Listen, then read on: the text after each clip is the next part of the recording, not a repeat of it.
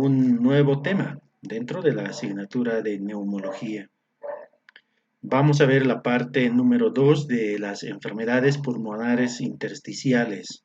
Hemos visto la anterior semana la clase número 1 de estas enfermedades intersticiales en su parte 1. Entre ellas hemos desarrollado y hemos desglosado todo lo referente a las neumonitis intersticiales idiopáticas, también las neumonitis asociadas a otros procesos no bien conocidos. Y pues dentro de las neumonitis intersticiales idiopáticas hemos desglosado a la fibrosis pulmonar idiopática como una de las entidades de estas patologías intersticiales más importantes, ¿no? La fibrosis pulmonar idiopática. Además, al mismo tiempo, la más estudiada y la más descrita en los textos de referencia o en las publicaciones que uno va a revisar. También hemos visto la neumonitis intersticial descamativa, la neumonitis intersticial no específica, la neumonitis intersticial aguda y la neumonitis intersticial helipoidea y neumonía organizada. También hemos visto las neumonitis asociadas a otros procesos no bien conocidos, ¿no? Como la sarcoidosis, la linfangioleomiomatosis, la histiocitosis X, las eosinofilias pulmonares y proteinosis alveolar. Hoy vamos a ver las neumonitis de causa conocida. Y entre estas existe una infinidad, ¿no?, de entidades relacionadas a este grupo.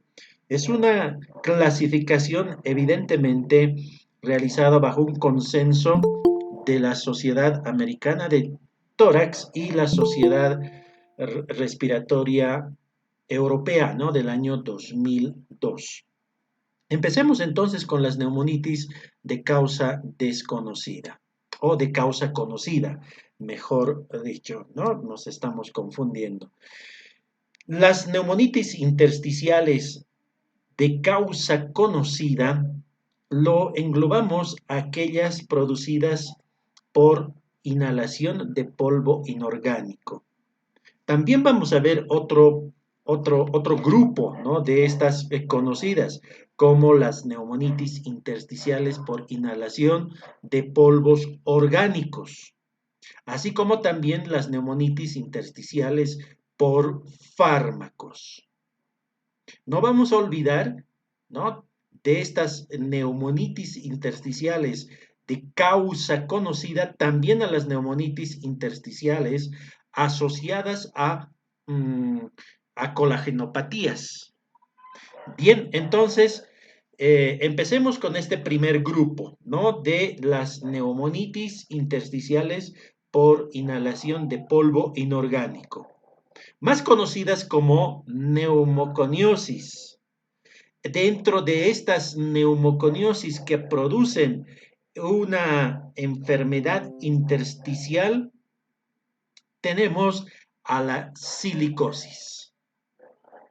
También tenemos a la antracosis, a la asbestosis, a la beriliosis, entre los más importantes y tal vez los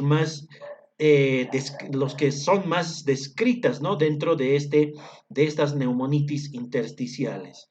Vamos a ver en primer lugar a la silicosis. La silicosis, ¿no?, es una neumoconiosis por la inhalación de dióxido de silicio. Es decir, si nosotros podemos abreviar el dióxido de silicio, podemos decir silicio dióxido. ¿Listo? Entonces es una neumoconiosis producida por esta inhalación de este polvo de sílice.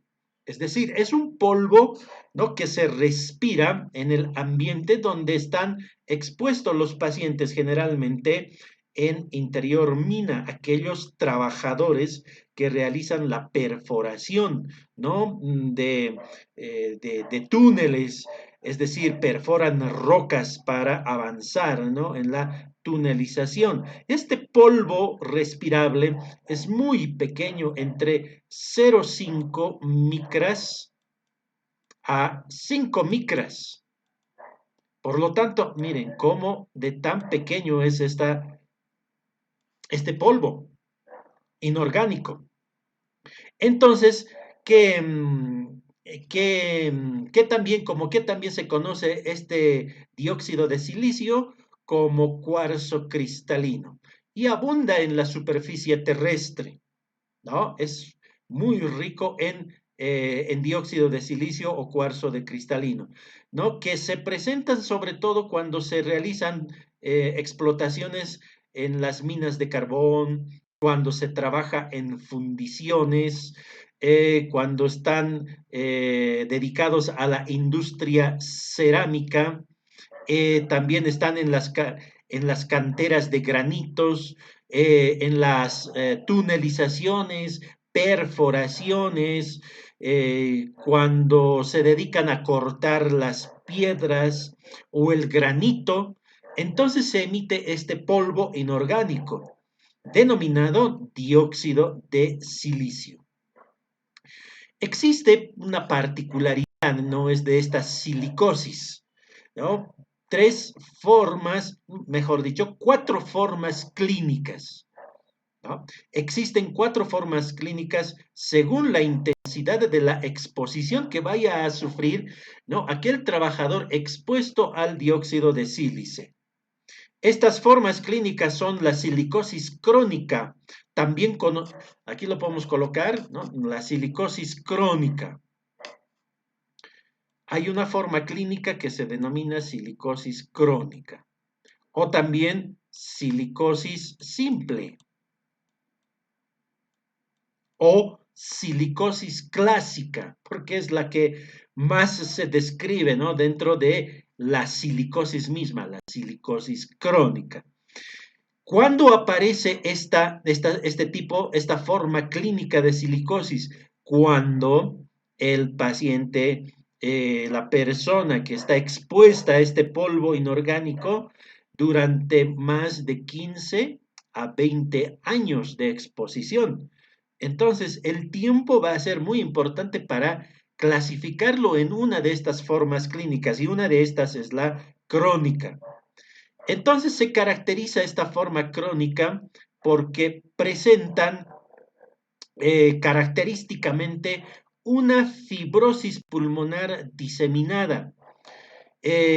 Pueden confluir, ¿no? Los nódulos silicóticos, porque la forma, ¿no? de presentación en la tomografía es un patrón reticular que se localiza en los lóbulos superiores.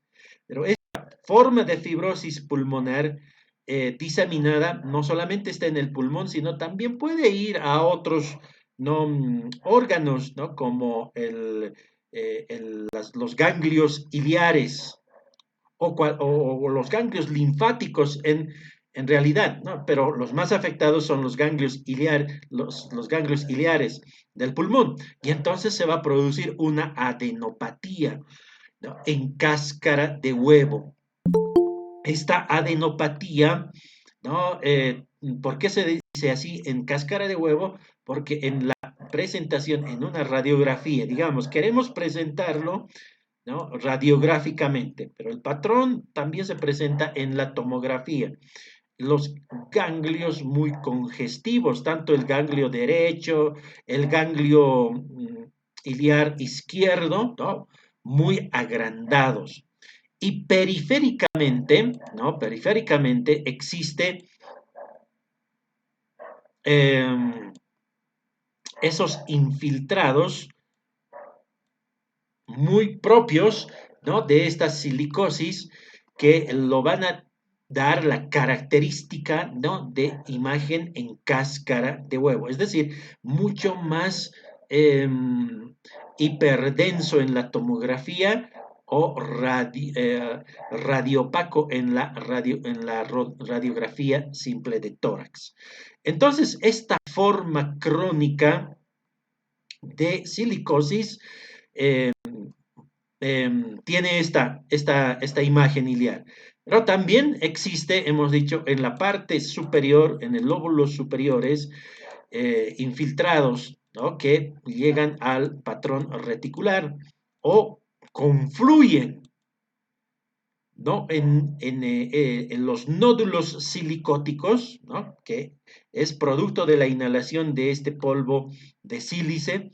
Estos nódulos silicóticos pueden lograr a confluir y formar unas verdaderas lesiones,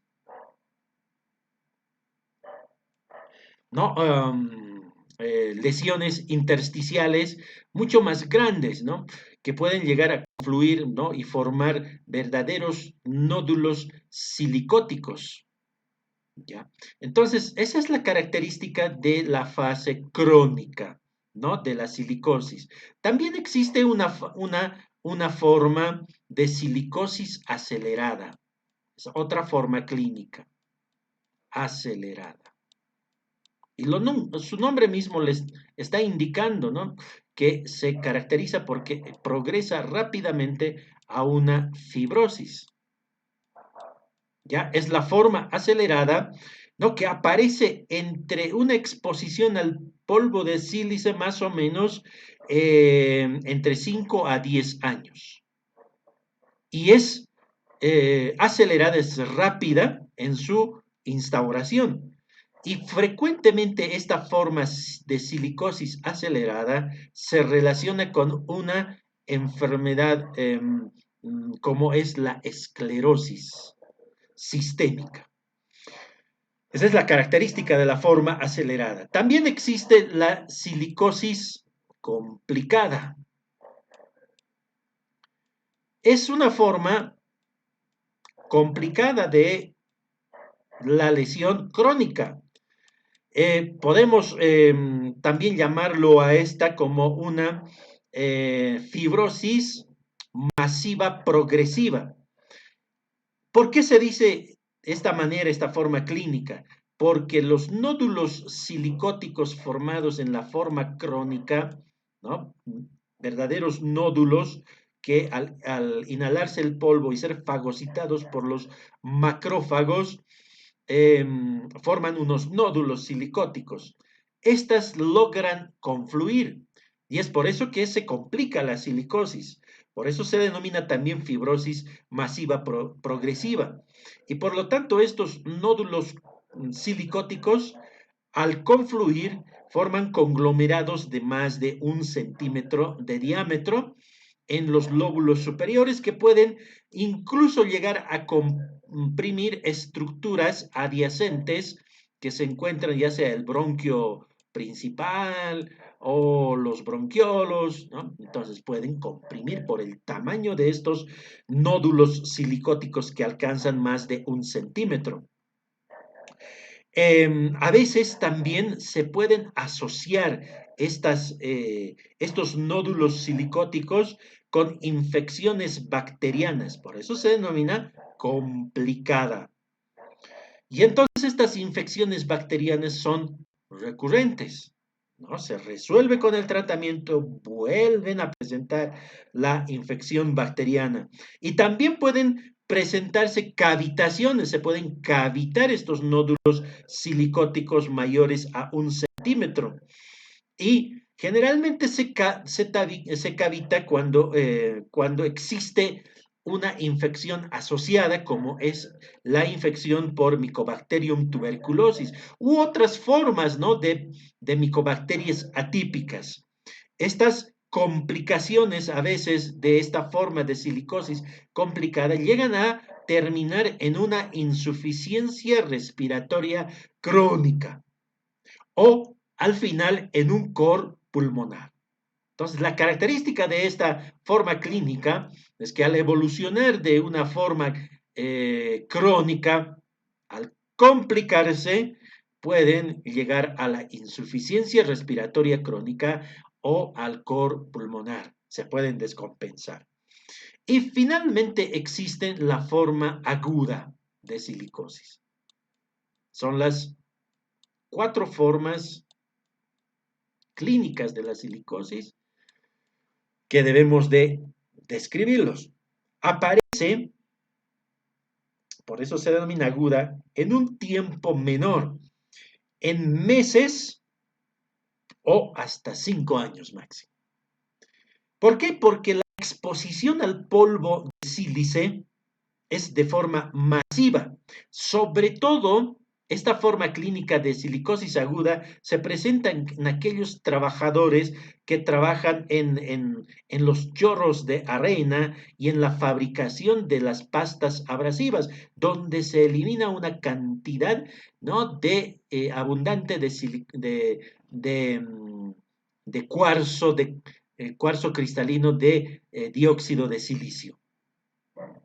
Es por eso aguda y radiográficamente o tomográficamente podemos ver un patrón alveolar, es decir, un patrón neumónico difuso en los lóbulos superiores con o sin broncograma aéreo. Patrón neumónico con o sin broncograma aéreo. A veces puede también aparecerse como un patrón miliar, con un patrón micronodular, significa el patrón miliar, y que muchas veces tenemos que hacer diagnósticos diferenciales con la tuberculosis miliar. Entonces, miren cómo se va presentando esta silicosis y se puede complicar. Resumimos. Las complicaciones son con la tuberculosis, Mycobacterium tuberculosis o micobacterias atípicas. A medida que va trabajando y estar expuesto a el polvo de sílice, puede llegar a la EPOC. Al formarse estas lesiones intersticiales, si son periféricas, es decir, subpleurales, pueden complicarse con un neumotórax y se asocia con la hepatía como es la esclerodermia. Sobre todo la forma de silicosis acelerada, la silicosis acelerada. La prevención, simplemente disminuir la exposición a los niveles altos de dióxido de silicio. O la prevención es utilizar medios de protección para evitar inhalar cantidades de dióxido de silicio. Pese a esas medidas de protección, ¿no?, se puede llegar a inhalar y producir con el tiempo de exposición en años la silicosis. La silicosis, la forma clínica que nosotros hemos descrito previamente. Bien, a ver, por acá se encuentra Leonardo, no sé si ha estado atento a esta primera forma de presentación dentro de las neumoconiosis. Leonardo. Sí, doctor. Está todavía Hola, doctor. Doctor, doctor, me Perfecto. decía, doctor.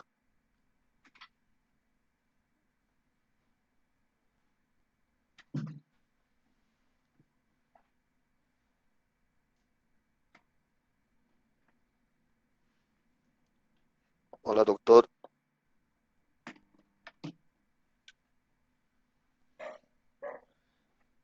Entonces continuamos.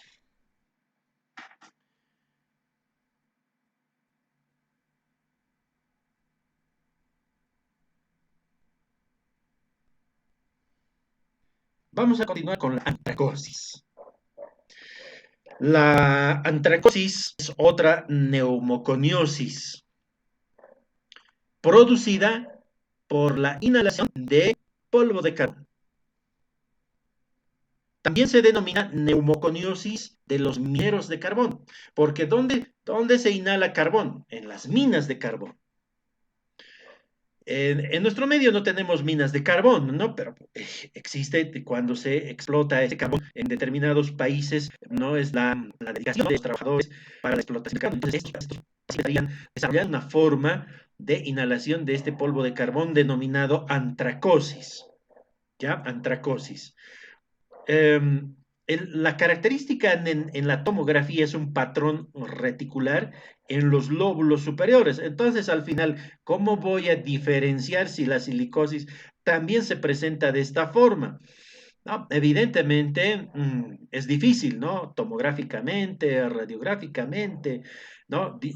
Distinguirlos, pero ya algunas características, ¿no? No muestra una adenopatía iliar, ¿no? La antracosis.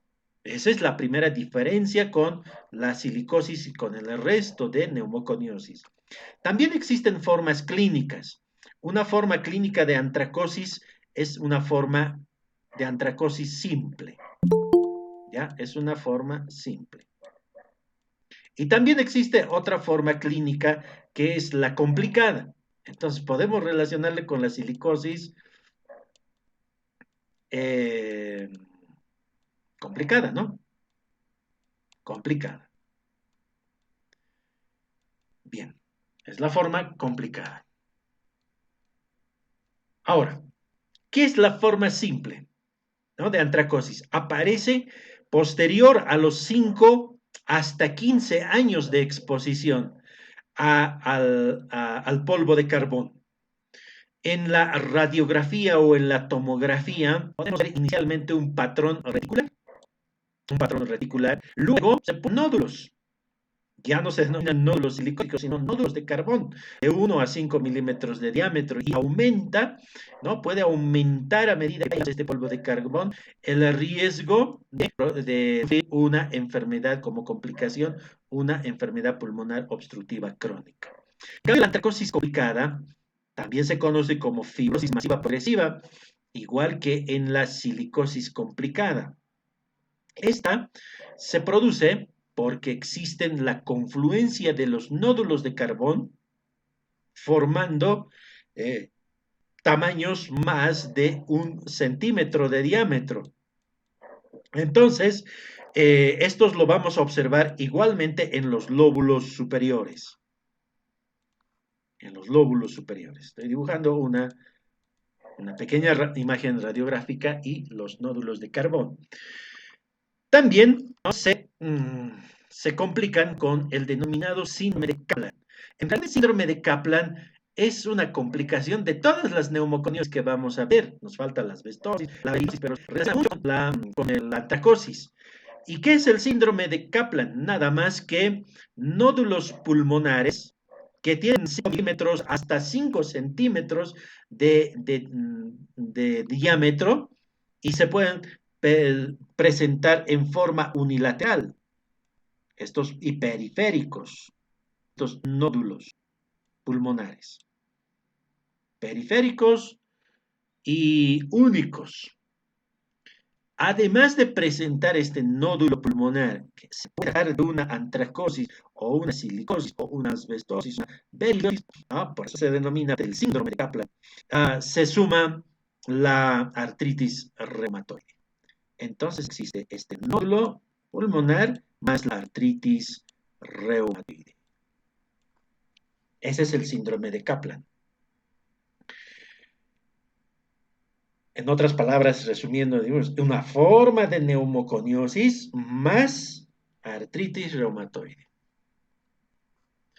¿Cuál es la prevención? Disminuir la inhalación de polvo de carbón o utilizar miltexción para evitar la inhalación masiva y para evitar llegar a producir en forma del tiempo de la exposición una enfermedad intersticial. Pasemos a antracosis. A ver dónde está por acá. Sí, he estado atento. Mauricio.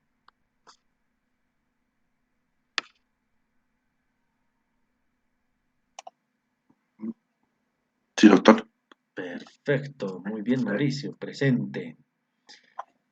Beriliosis. Vamos a ver la asbestosis antes de la beriliosis. La asbestosis es una neumoconiosis producida por la inhalación de asbesto o amianto. ¿Qué es el asbesto? Además que es un compuesto inorgánico denominado silicato magnesio hidratado. Ese es el asbesto.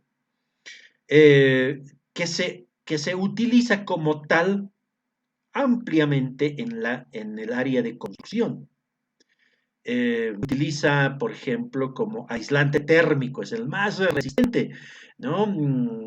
Al fuego, por ejemplo, ¿no? Por eso existen trajes de los bomberos elaborados con asbesto, ¿no?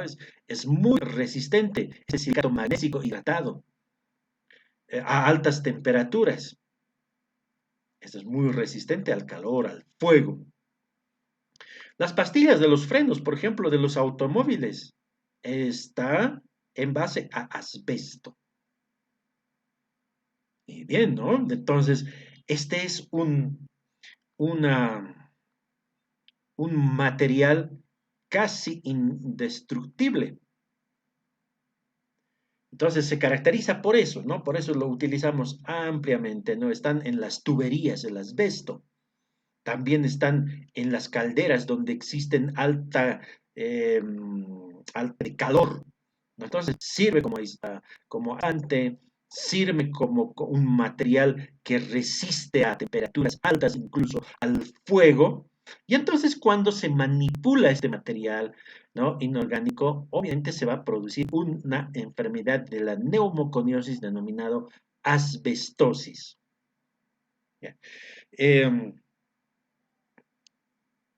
la manifestación tomográfica o radiográfica que presenta la enfermedad de la neumoconiosis asbestosis es la presencia no solamente del patrono reticular, sino la formación de placas pleurales. Las placas pleurales en la tomografía son hiperdensas y en la radiografía son radiopacas y realmente están en los lóbulos inferiores. Entonces, son placas más o menos que se presentan a nivel del diafragma o periféricamente placas. Así, imágenes radiopacas. Eso significa exposición al asbesto o al amianto. Y pueden relacionarse esta miosis con el mesotelioma, con el mesotelioma maligno pleural o con el mesotelioma peritoneal. Es un derrame pleural maligno. Y finalmente, pues, a una, si es crónica la inhalación, a una fibrosis, patrón reticular. Entonces, las cofiones serían el cáncer, denomina como el mesotelioma. Eh, Se ha estudiado muchísimo tras exposición al asbesto de 15 a 20 años y tiene más o menos un efecto sinergizante con los que tienen el hábito tabáquico, ¿ya? Con los fumadores. Entonces, aquellos fumadores que están largo tiempo fuman más, ¿no? La exposición a asbesto tiene más probabilidad de que se forme un cáncer maligno con el mesotelioma. Eh, eh, no hay un tratamiento, ¿no? efectivo para esta asbestosis. Tampoco lo hay para la tricosis ni para la silicosis, desde luego que sí. No existe ese tratamiento, ¿no? Si se diagnostica mesotelioma, la supervivencia, ¿no? del paciente es muy corta, de 7 meses, el diagnóstico. Y por lo tanto, el, el ser ya diagnosticado con mesotelioma mediante un estudio de una biopsia, de haber obtenido una parte, ¿no? del tejido pulmonar o del tejido pleural o peritoneal, es muy rápido, ¿no? Fallece, existe una alta mortalidad, tiene una supervivencia muy baja. Entonces, ¿cuál es, al igual que las otras neumoconiosis, la forma de prevenir? Disminuir la inhalación de asbesto. Bien, a ver por acá, Álvaro. ¿Te presento? Sí, Muy bien, ¿entendiste la asbestosis? Muy cortita, muy concreta. sí, doctor. Lo iba a entender, solo una repasada más y al 100%. Bueno, nos vemos en tu caso clínico para tu defensa. Está bien, Doctor. entonces. Está bien. Ahora sí, veremos otra forma que es la beriliosis. La beriliosis es una neumoconiosis producida por la inhalación de berilio. ¿Y dónde está el berilio? En la fábrica de cerámicas, en los tubos fluorescentes. Ese es el berilio. En general, en la industria de alta tecnología. Entonces, los que se encargan de fabricar los tubos fluorescentes, de hacer cerámicas, están expuestos al berilio. Y pues tiene que existir una exposición prolongada igual al resto, ¿no? de las neumoconiosis, salvo una forma clínica de la neumosis que es la forma aguda, ¿no? Que es una exposición masiva y produce una psicosis. El berilio es una exposición en años de exposición, tiene que estar expuesto para no solamente afecta a la vía respiratoria inferior, sino también la beriliosis afecta a la vía aérea a la superior por la exposición al berilio. El patrón de la tomografía de tórax, un patrón reticular en lóbulos superiores. Están situadas las lesiones en los lóbulos superiores. ¿Está? La característica de estas lesiones a veces se puede calcular silicosis. ¿Por qué? Porque igual se produce una adenopatía. La beriliosis, por lo tanto, se asemeja a la lesión que presenta una adenopatía viral, la beriliosis. Entonces, beriliosis o silicosis parecen lo mismo. Y entonces, ¿cómo uno lo va a diferenciar? Evidentemente, esto tiene que ver ya con realizar el estudio patológico o el antecedente, ¿no? Trabajar expuesto al dióxido o expuesto al berilio. Por ejemplo, si tiene un patrón reticular en los superiores y una adenopatía biliar bilateral y trabaja en interior mina como perforista, entonces no vamos a decir beriliosis, ¿verdad? Entonces, nos puede ayudar ese antecedente muy importante. En la biopsia, evidentemente, vamos a ver al granuloma histológico. En la silicosis, el granuloma silicótico, con un centro no caseificante. Y en la beriliosis también, con un centro de cristales de berilio. Estos granulomas silicóticos, granulomas por beriliosis, diagnóstico diferencial con sarcoidosis. Una enfermedad multisistémica que afecta no solamente al pulmón, sino a los ganglios linfáticos, etcétera. Entonces, multisistémica. Y tiene formas clínicas características de la sarcoidosis. Pero en la forma histológica, adentro tiene su granuloma sarcoideo, una necrosis fibrinoide. Entonces, ¿quiénes forman granulomas histológicos? Sarcoidosis. No hay complicaciones descritas ya de la beriliosis. Prevención es disminuir, ¿no? la inhalación de cristales de berilio. Otros elementos que producen neumonía por inhalación de polvo inorgánico están otros metales, por ejemplo, el aluminio. Aluminio. No hay un nombre, ¿no? Por el resto para denominarle darle un nombre a esta neumoconiosis. Es porque se produce la inhalación de dióxido de titanio y produce una afección, una enfermedad intersticial muy similar a la beriliosis. Entonces, si es muy similar a la beriliosis, también puede existir condición de un granuloma histológico. En el centro, aluminio, dióxido de titanio. Y así, bueno, podemos mencionar otras, son muy raras. Lo he mencionado por una similitud, ¿no?, con la presentación de la beriliosis. Bien. A ver si estuvo atento por aquí. Paulina. Sigue pensando, dice en el examen. Doctor, buenas tardes. Sí, atento a la clase. Ah, bueno, atento estás a la clase. Bien. Pasemos entonces, listo todo esto. Vamos a eliminar y vamos a las neumonitis intersticiales por inhalación de polvo orgánico. ¿A qué nos referimos a la inhalación de polvos orgánicos? A la neumonitis por hipersensibilidad, también conocido como alveolitis alérgica extrínseca, y a la piscinosis. Es producida por la inhalación de polvo de agua. Empecemos con la neumonitis por hipersensibilidad. Es una enfermedad que afecta a la vía respiratoria inferior. Está mediada por un mecanismo inmunológico, esta neumonitis por hipersensibilidad.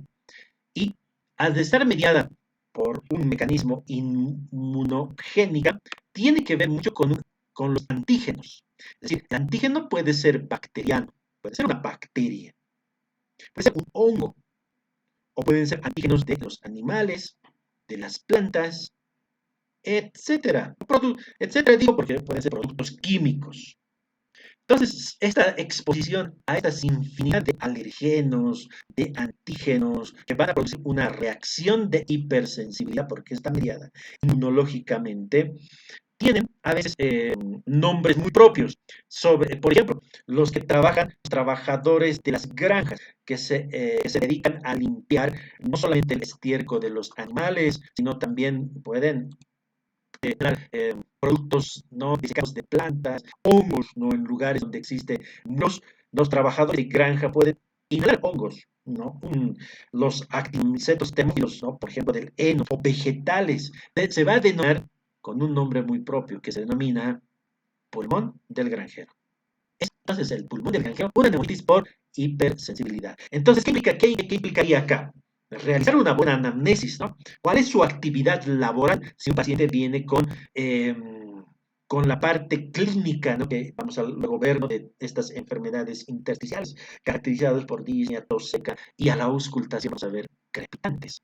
Entonces, lo más importante es indicar el antecedente laboral, ¿no? La ocupación. Por ejemplo, los cosechadores de la caña de azúcar. Se denomina su enfermedad neumonitis por hipersensibilidad vagasosis. Vaga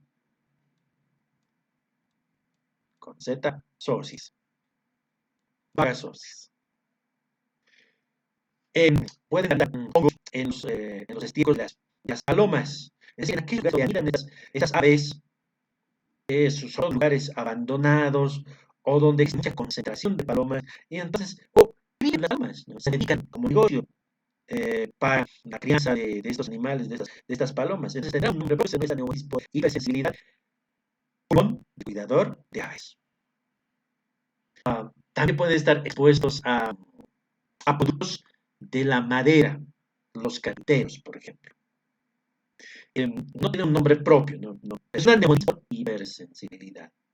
Los trabajadores, ¿no? Que están almacenando los granos, los cereales. Y entonces se puede producir también hay un nombre propio, es una neumonitis por hipersensibilidad. Incluso, o sea, descriptores de neumonitis por hipersensibilidad, aquellas contaminadas, ¿no? De las flautas, de las trompetas, etc. Entonces se denominó, sí tiene un nombre propio, se denomina pulmón del saxofonista. Y así, hay muchas neumonitis por hipersensibilidad, solo mencionamos alguna de ellas. La característica clínica de estas neumonitis por hipersensibilidad, vamos a ver acá, forma aguda,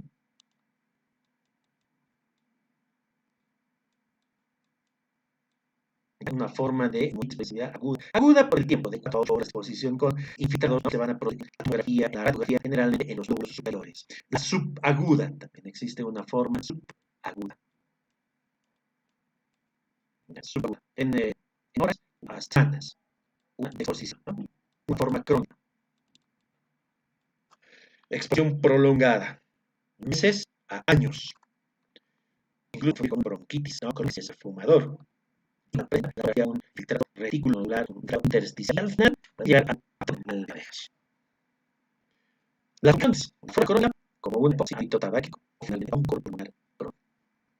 Prevención, evitar el componente de los hijos mencionados. Y el tratamiento podría responder en una fase aguda a los glucocorticosteroides, solamente en la forma aguda. Vamos a la piscinosis, provocado por la inhalación de polvo de algodón. Entonces, sobre todo en los cosechadores, en los que realizan el proceso del empaquetado, ¿no? del algodón, no están más expuestos, eso se denomina el proceso de cardado. Están los más expuestos al polvo de carbón y producir una piscinosis, característica muy importante, ¿no? Los pacientes tienen disnea o presión torácica al final de la jornada del primer de trabajo. Por eso es que se ha denominado opresión torácica de los días lunes. Muy característica, porque se ponen después de un fin de semana, al lunes, su primer día de trabajo, realizan este proceso calado 100 y opresión torácica. Entonces, por eso hay una opresión torácica de los días lunes. Muy característico. No hay un patrón que nos identifica a la visinosis, infiltrados, articulares, complicaciones asociadas al tabaquismo, implementar, ¿no? La autiscología, puede quitarse la autismo. El contacto es la forma de prevenir esta neumoconiosis de polvo orgánico denominado visinosis, y también de otra forma como es la neumonitis por hipersensibilidad. Bueno, terminamos. A ver si está atenta Estefanía.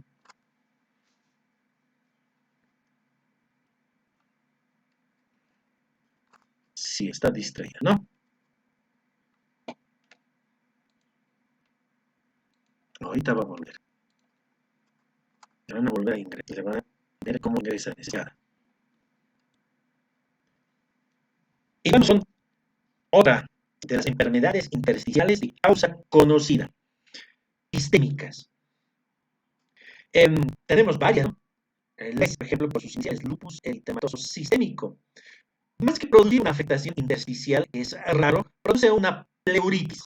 Entonces, la complicación muy frecuente del lupus es a nivel pulmonar, produciendo pleuritis con o sin derrame pleural. Y si existe el derrame pleural, es de tipo exudativo. Las neumonitis lúpicas son muy raras. Ya es una afectación intersticial rarísima. Pero hay que mencionarlo dentro de estas enfermedades autoinmunes sistémicas. Otra enfermedad es la artritis reumatoide. Si ustedes recuerdan, hemos mencionado la artritis reumatoide. Ahí está su compañera Leo. Y se asocia generalmente a una silicosis progresiva, ¿no? Entonces está el famoso síndrome de Kaplan. También, que es artritis reumatoide más neumoconiosis. Entonces, la afectación a nivel intersticial es en un 20%. De los casos, sobre todo en los varones. La afectación más frecuente, eh, por encima del 20%, es a nivel pleural, con derrame pleural, es decir, una pleuritis con derrame. Adelante, Mauricio. Tu micrófono está activo. Perdón, doctor. Bueno. Una observación. Entonces, tenemos ya dos, ¿no? El lupus, que es rara, el compromiso intersticial. La artritis reumatoide no es rara, se presenta solamente en un 20%. La esclerodermia es la que con más frecuencia causa afección intersticial. Entonces, vamos a decir que esta esclerodermia es una de las poliopatías o enfermedades autoinmunes sistémicas más frecuentes. Sobre todo con acción de un particular en un 75% de los lóbulos inferiores.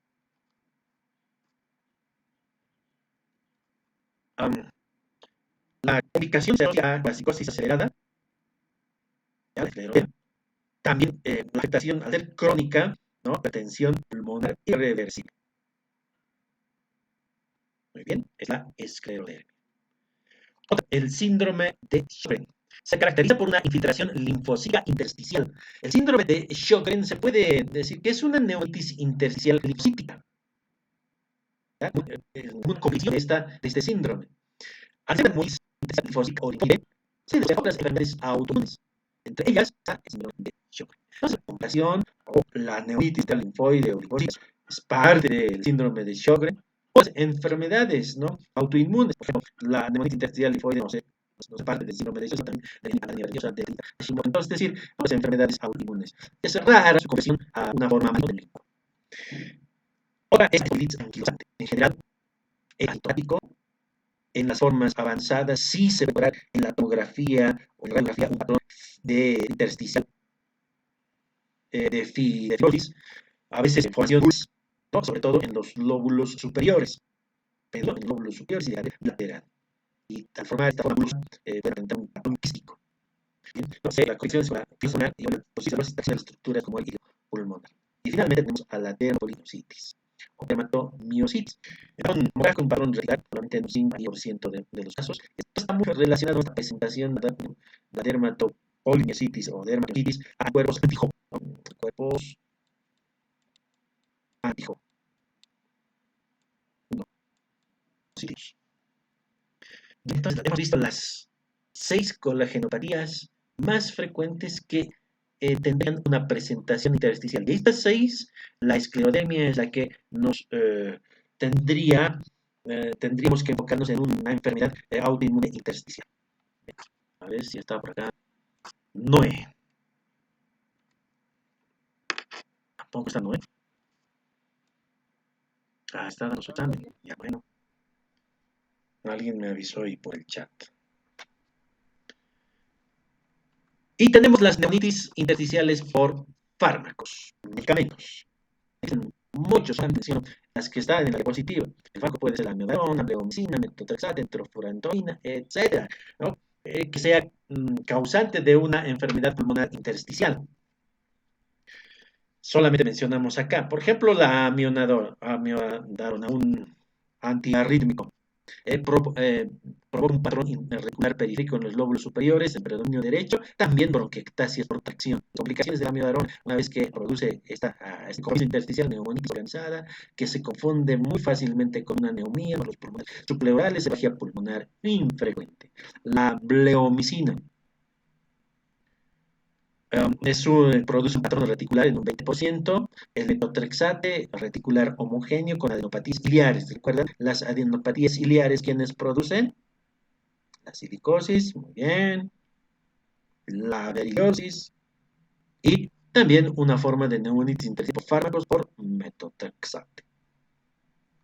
Por metotrexate. Y otros, ¿no? La nitrofurantoína.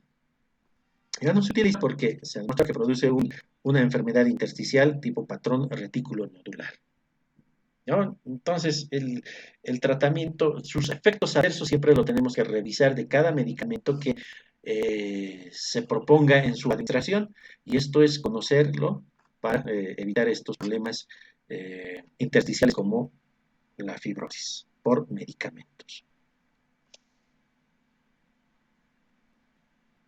Diagnóstico. El diagnóstico nos vamos a basar en forma didáctica a el criterio epidemiológico, ¿no? Por ejemplo, la edad. Los mayores de 5 años que se ven afectados en mayor frecuencia deben ser planteados como un diagnóstico de enfermedad intersticial. El sexo, ¿no? Según el sexo. Por ejemplo, la fibrosis pulmonar idióptica tiene un patrón histopatológico que es una neumonitis intersticial usual. Se presenta en mayor frecuencia en los varones que en las mujeres. La relación más o menos es 2:1 en las fibrosis pulmonar intersticial idiopática. La linfangiomatosis, por ejemplo, ¿en quién se presenta? En las mujeres en edad fértil. Entonces, el criterio epidemiológico nos puede orientar a un tipo de enfermedad intersticial. La cirrosis en las mujeres entre los 20 a 40 años, sobre todo de la raza negra o afroamericanas. El antecedente tabáquico, muy relacionado con la neumonitis intersticial descriptiva.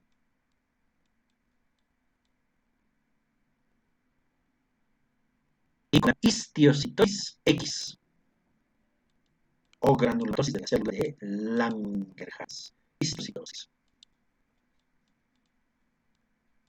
Por sus anulaciones intracitoplasmáticas denominadas los granos de Birbeck. Entonces, esa es la que tabaquismo. No olvidar la historia de ocupación de los pacientes. Especialmente la exposición a polvos inorgánicos y postinorgánicos. Orgánicos, por ejemplo, estamos hablando de una neumonitis por hipersensibilidad o a una piscinosis. O polvos inorgánicos, silicosis, asbestosis, etc. Laboral. ¿En qué se ocupa? ¿Cuál es su ocupación? Si tiene enfermedades diagnosticadas de enfermedades autoinmunes sistémicas, sea lupus, pero si tenemos esclerodermia, entonces, ¿por qué? ¿Por qué tenemos que presentar en una enfermedad, pensar en una neumonitis intersticial?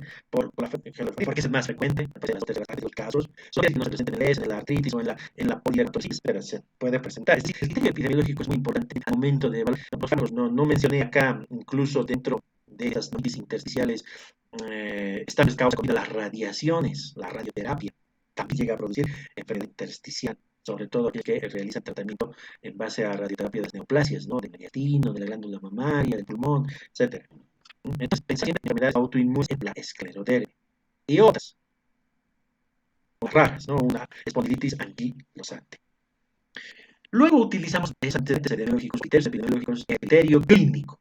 Existe una triada, ¿no? De estas enfermedades intersticiales. Tos irritativa, tos seca, disnea progresiva, hasta ser una disnea en la escala de la MRC, que es desde el punto de vista clínico, hasta llegar al grado 4, ¿no? De disnea.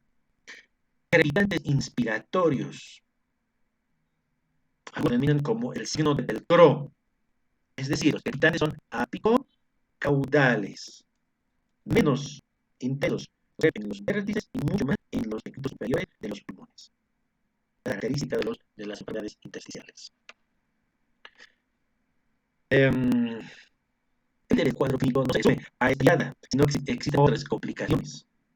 La insuficiencia respiratoria crónica, el coro pulmonar crónico, las acropaquias, la insuficiencia respiratoria crónica, etc. Otros criterios, ya muy obvios de la afectación secundaria a esta enfermedad intersticial. Dentro de los exámenes complementarios o de orientación, no son útiles todas las que están acá mencionadas. La radiografía de tórax. Esto te da una idea, ¿no? De qué enfermedad intersticial se presentan. Si es netamente arriba de los lóbulos, pero es. A ver, vamos a poner esa línea. A nivel de los lóbulos, pero es. Hay que pensar en muchas entidades, ¿no? De histiocytosis X o granulomatosis de las células de Langerhans, una enfermedad infecciosa que no produce un patrón intersticial exclusiva en los lóbulos B, pero hay que pensar en los lóbulos como una enfermedad infecciosa. Las neumonitis intersticiales por hipersensibilidad, por inhalación de polvo orgánico, edema de los superiores, la que hemos mencionado, ¿no? Anteriormente dentro de las colagenopatías, a la espondilitis anquilosante, espondilitis, la sarcoidosis y la silicosis. Entonces podemos tener esta característica en la radiografía de tórax, en la tomografía de tórax, con ciertas enfermedades que afectan solo los lóbulos superiores, pero no determina un diagnóstico definitivo. Ojo, ya estamos hablando de una orientación a que se trate de una enfermedad intersticial. Otros patrones demográficos o radiográficos muy especiales en este tipo de enfermedades, que pueden ser un intersticial, un neumónico. A ver, ejemplo, si afecta ilios, una vez, porque ya estoy repitiendo por tercera vez. Johan, ¿está atento?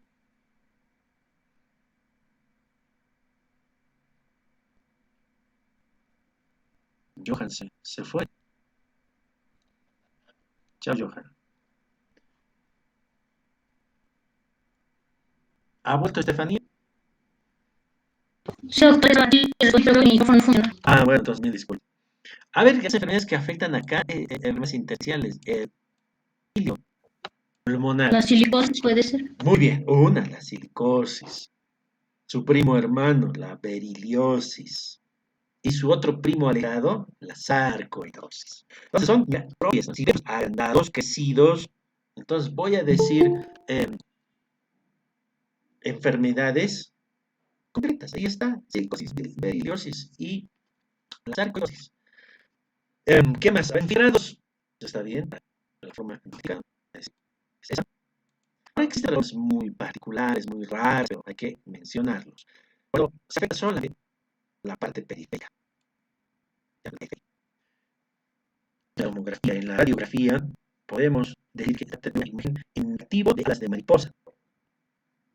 Negativo. Entonces, acá están las neumonías eosinofílicas. Recuerda que hemos llevado esas neumonías eosinofílicas de la forma crónica. Patrón en negativo de alas de mariposa. Que afecta el peso o hasta los dos tercios. Entonces, es una forma muy rara. Esta es otra que vamos a usar. Otra. También muy rara, imágenes migratorias en parches, imágenes parcheadas, un medio de la neumonía organizada. Es una forma de las neumonías idiopáticas, la neumonía organizada. Las neumonías eosinofílicas de padres. Es muy clásica, es de la anemia organizada. Bien, eso es la radiografía, ¿no? Son, digamos, pero algunos bien. En general, de esa forma, las formas avanzadas de las neumonías intersticiales, un patrón intersticial reticular, redes bilaterales, puede ser cualquiera, a veces hay los lóbulos inferiores, igual en la radiografía, se pueden diferenciar los lóbulos pulmonares o el sinpulmonar, de la forma repentina de las enfermedades intersticiales, patologías restrictivas, algunos textos lo dicen así. También la patología son las neumonías intersticiales invasivas, ¿no? La forma de tentación de macrófagos, de pornonucleares, de leucocitos, etc. La espirometría, que destaca es un patrón restrictivo. Con ello no quiero decir que no exista un patrón obstructivo. Puede existir un patrón obstructivo, pero es un patrón restrictivo. Condición de la capacidad vital forzada, característicamente. Capacidad vital forzada. Ese es el patrón restrictivo. Puede el patrón obstructivo, que no es lo frecuente, sí, con disminución del volumen expiratorio forzado.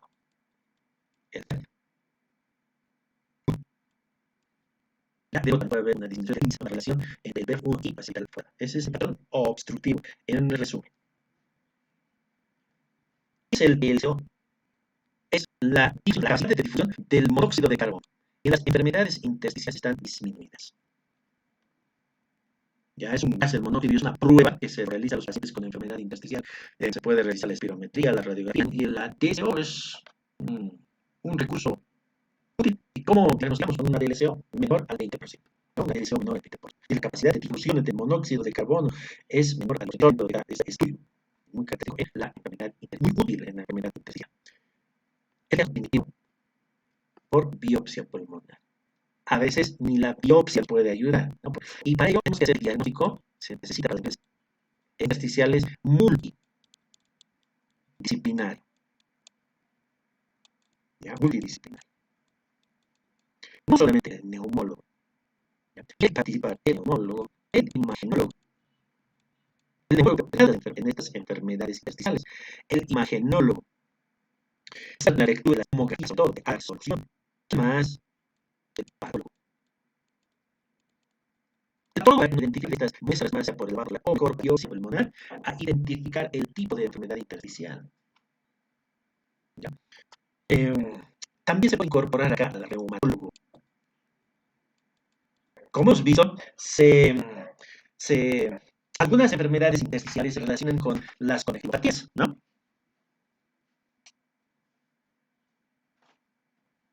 ¿Ya? Entonces nos puede ayudar, ¿no? con la de enfermedad intersticial. En síntesis, una enfermedad intersticial de tantos que hemos mencionado y lo detallado de forma sintética, resumida, necesita la participación multidisciplinaria para el diagnóstico. Uno solo no se puede aventurar a diagnosticar este tipo de enfermedades intersticiales. Bien. A ver, han estado atentos por acá. ¿Quién está en la lista? Alba, le llamé. Bueno, está presente entonces por segunda vez. Gianmarco, le llamé. No, doctor, no me llamó. Ah, muy bien, Gianmarco, pero está presente, ¿no? Sí, acá atendiendo, doc. Muy bien, Gianmarco. Y a ver, ¿a quién me olvidé llamar? Aquí está Natalie. ¿Estará Natalie? Presente, doctor. Muy bien, Natalie. Después, ya creo que todos están en la plataforma como evidencia de su participación. Doctor, creo que mi niño me llamó. Soy Albert. Ay, de dónde apareció ese nombre?